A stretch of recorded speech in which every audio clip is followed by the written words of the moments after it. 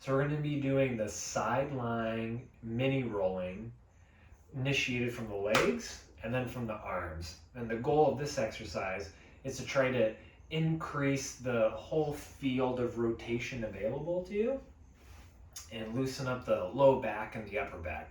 All right, so while you're doing this, you're going to breathe very slowly. So you're going to do that long exhale with that pause and a slow breath in. So it's going to go like this. So you're going to lie on your side, and you're going to try to be as lazy as you possibly can, sort of like melting into the ground.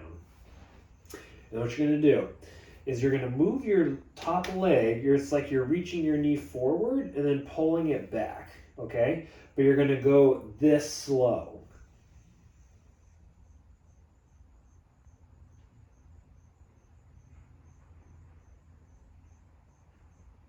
Okay, and you go out until you feel like your leg's about to maybe drop off. So about there. And then you're going to do the same speed coming back. You're going to stop until about the knees just a little bit behind the top leg. All right? Then you're going to do the same thing with the arms, but you're only going to do one at a time.